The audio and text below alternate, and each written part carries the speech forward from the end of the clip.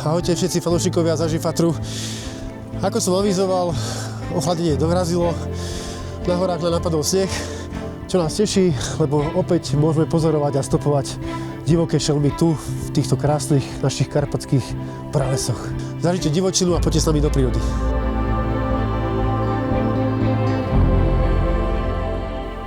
Tak, podaril sa mi, priatelia, perfektný nález, a to našiel som stopy, ktoré tu nakrižujú tieto karpatské staré lesy až od čias doby ľadovej. Jedná sa konkrétne o stopy hlucháňa horného.